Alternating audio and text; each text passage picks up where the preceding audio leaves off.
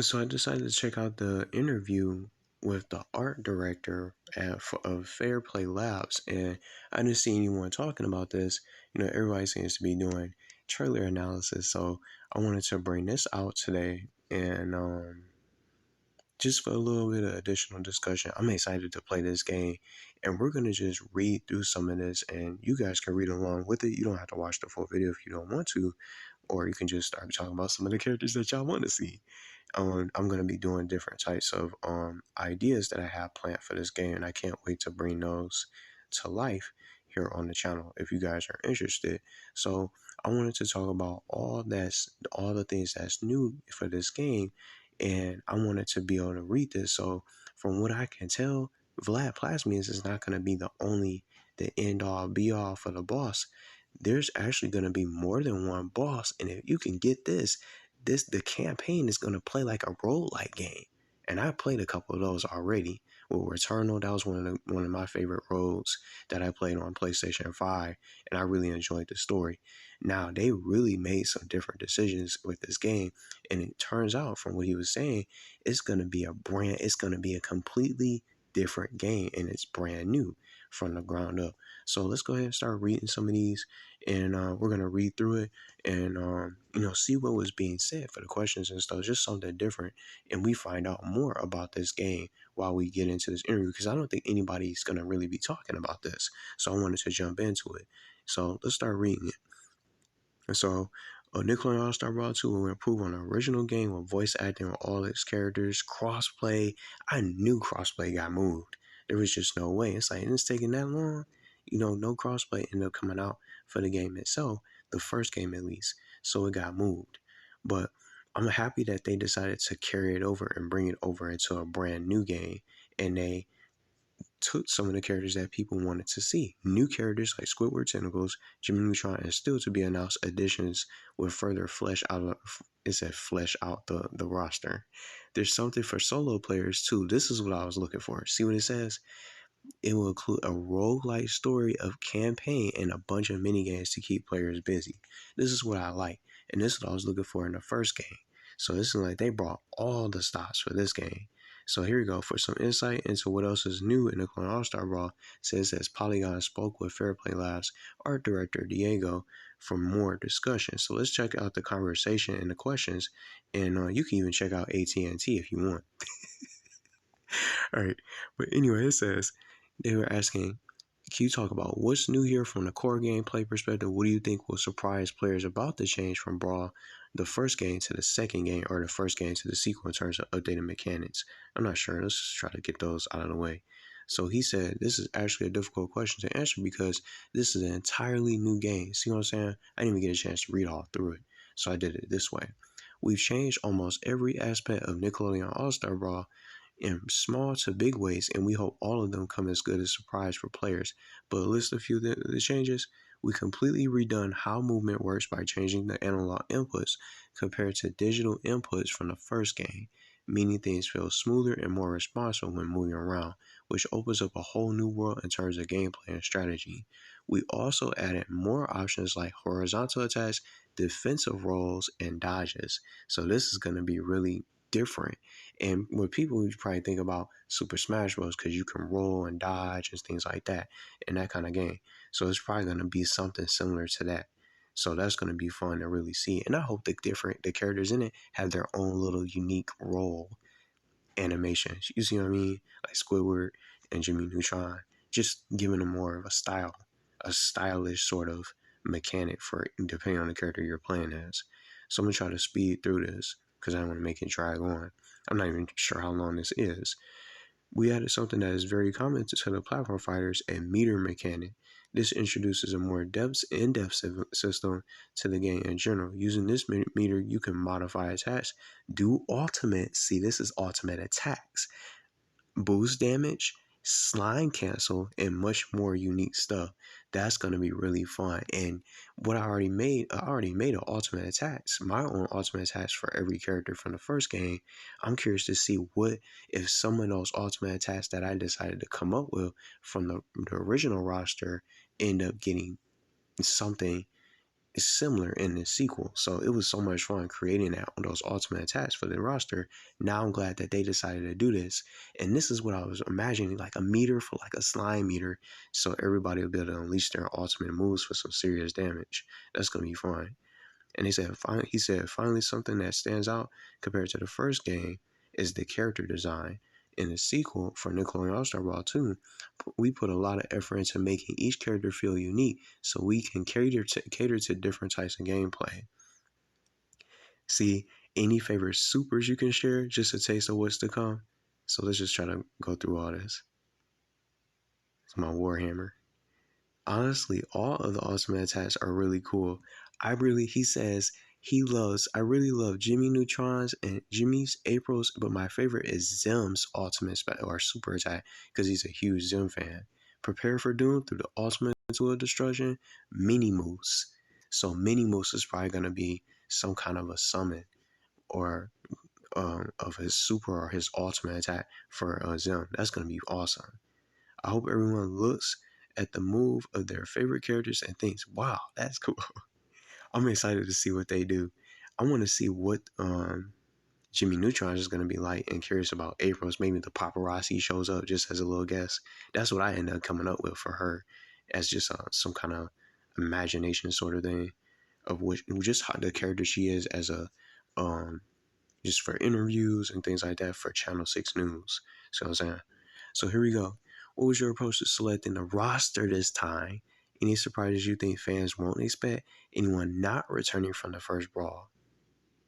See, people not going to be talking about this. This is why I'm just reading through this today for this video, so everybody gets an idea. This is probably one of the hardest decisions we made when we started to design the game. A lot of thought came into it. We looked at a lot of the reaction on the roster of the first game. What were the more requested characters by the community? And also, what can we achieve with the vast list of amazing Nick characters? And of course, we had Nickelodeon's input as well. Oh, man. So here we go. There were a lot of options and possibilities, but we had to choose, and we are very happy with the final roster.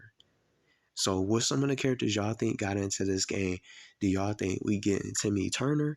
Maybe this is possibly one of the hints for Timmy Turner and some of those highly demanded characters like Otis that people brought up, Vexus. We need more villains in this game.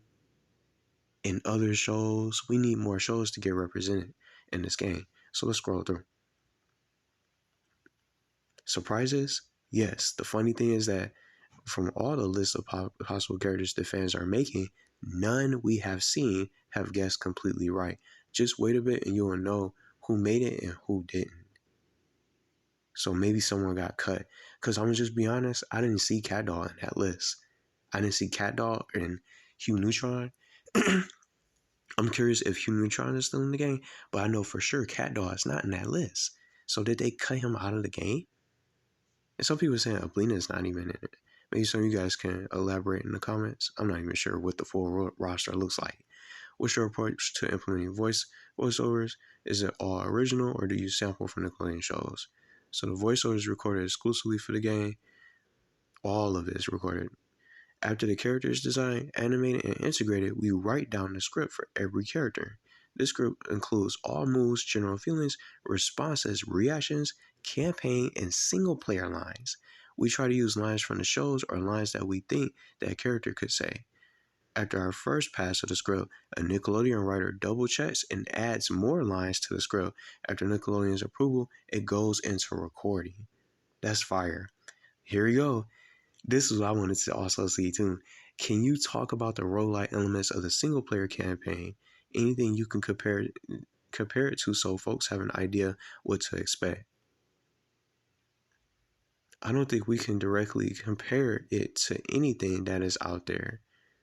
At least not that I know of. Of course, if you are familiar with roguelike games, you will understand right away how the campaign works. But we made quite a few adaptations so it could work with the platform fighter mechanic. Since first and foremost, this is a platform fighter. This is going to be awesome. I don't want to spoil it. He said, I don't want to spoil it this much, but basically we have a main storyline and you start with SpongeBob. As you progress, you unlock characters which you can use in the campaign. Anybody getting Subspace and Mystery vibes? This is definitely giving me the Subspace and Mystery vibes. I am so excited to play this campaign.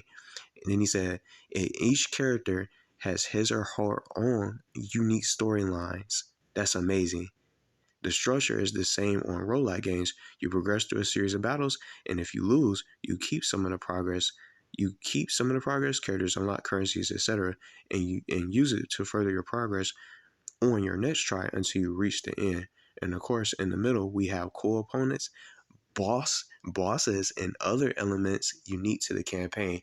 See, that's more than one boss. It's not about just Vlad Plasmius taking over the Nickelodeon universe. There's other bosses that's going to be included. There's probably more than one villain and maybe some iconic characters that we're going to run into. Maybe some of the characters in the roster are a lot, like Jimmy Neutron. He could be a boss. And we already talked about Vlad Plasmius. Squidward could possibly be a boss too. But this is definitely making me think of Subspace and Mysteries, because you start with SpongeBob and then you just unlock characters as you play through it. See what I'm saying? I got that slight little feeling from it. But it almost makes me think of the adventure mode as well from Melee. But I'm hoping this definitely turns out to be good, especially with these cutscenes as well. One of the bigger complaints players had, let's stay golden with Lays. I don't want that plan. One of the bigger complaints players had about Nickelodeon All-Star Brawl was the perceived values for the cost. Would you say you've taken that to heart for the sequel? Is this a game you plan to support beyond the announced season pass? Please, I hope they do. Let's find out. Because this is what I was talking about. Y'all got it. They definitely got, you got all this, you got everything that everybody wanted in this game with crossplay, and you got a story mode. You gotta keep that support going and keep that ball rolling. You don't just come out with a couple characters and you stop, just like they did with Rocco. That's what he said. Absolutely. We put a lot of care into building a much bigger and more polished experience for Nickelodeon All-Star Brawl 2, and we hope players notice. There are quite a lot of changes and additions. For example, more costumes, better animations, better sound, voiceovers at launch, netcode, campaign, gameplay modes, and more. But most of all, we hope players have fun playing the game and feel they are getting a great value for it. All I can say right now is that we're very excited about the season pass. So there's going to be more. Well, let's go back to that question. Is this a game you plan to support beyond the announced season pass? So we're definitely probably going to get more from the current season pass. It could be a part 2. Could be a fighter's pass. They could do something like that. A brawler pass or a universe pack. You know what I mean? They can bring that back. So let's go. We're almost done though. What were some of the bigger lessons learned in developing the first Nickelodeon All-Star Brawl and seeing players' reactions to it? There were a lot of lessons from the first game. I think the most important one was to have voiceovers at launch, which we do have this time around. But overall, we learned a lot and tried to apply as much as we could to Nickelodeon All-Star Brawl 2 to make it a great game, down to small gameplay changes, cross-play and online, and how we approach single-player content. Let's get Goku in the game. See what I'm saying? Look, Nicki Minaj is in Call of Duty. Crazy, huh? Players' reactions to the first game was incredible. Seeing all the people hyped about the game and enjoying it so much on release was amazing. We are very happy with the reception and all the feedback we got on how to make the game better. So that's dope. So I guess that's everything. I don't think there's anything else. Stay gold or stay golden, or what Aang would say, stay flaming. But I'm super excited. Let's just try to scroll up through this. What do you guys think? And I'm glad that he answered that question. You know, all these advertisements popping up. Little Overwatch too. But anyway, I just wanted to talk about this today, and I thought I was just trying to skim through it. I think this has some good, valuable information for some people that are just now probably finding out about this game. I end up learning more from this interview, and I thought it would be nice to share. And I end up finding out what's new. I knew it was a story mode from watching the trailer from earlier today. But guess what? Go to find out, the game's gonna play like a roguelike. And then there's more than one boss, unlockable characters, and so much more that they put into this game. And then he said that there's gonna be more support beyond the season pass. So they're probably gonna do way more than what they ever did for the first game. And you don't need a Nickelodeon All-Star Brawl 3. You don't have to keep on coming out with these sequels. You bring more to the table and you keep on bringing in more to the game from characters, modes, and stuff like that. And I'm curious on what characters they got. And they must have probably gotten some of the characters that we wanted so much, wanted the most from the first game, considering what he said in this interview. They looked at some of the characters from the fan poll, and they also got some approval from Nickelodeon, some thoughts and some reactions to Nickelodeon. So I'm guessing they probably gonna get someone like Big Nate and some of those modern shows that they're giving so much support to. They're probably going to get those kind of characters, but I'm hoping they get the characters that we want. A blast from the past, just from all those different great shows, Fairly Odd Parents, Rocket Power, Tough Puppy, and more. I want to see all those characters. El Tigre can be probably one of them already. I wouldn't even be surprised at this point. But all these shows that they can put in, they can make this game amazing. I'm super excited. But I'm glad I got to read this and go through this with you guys. This was my first time just reading it. So I was just skimming through it. I thought this would be the perfect video just to talk about and react to his interview, the art director himself. So I'm excited to see what they have planned for this game. I cannot wait to play this. And I think it's definitely going to be worth getting the season pass. And then considering the fact they're going to be doing more for this game. And then I also found out, with the mini games, you can play alongside with someone. So I'm hoping you can play the mini games online as well. Not just local play, but also online. But we'll see. What some of the characters y'all think that they're going to get access to? Are y'all going to be excited to play this campaign? I'm excited. I think I'm way more excited about the campaign than anything else in the game. Because I want to unlock characters. This is something that I wanted. It just gives me that subspace and mystery vibe for some reason. But October is just going to be stacked. I'm super excited for it.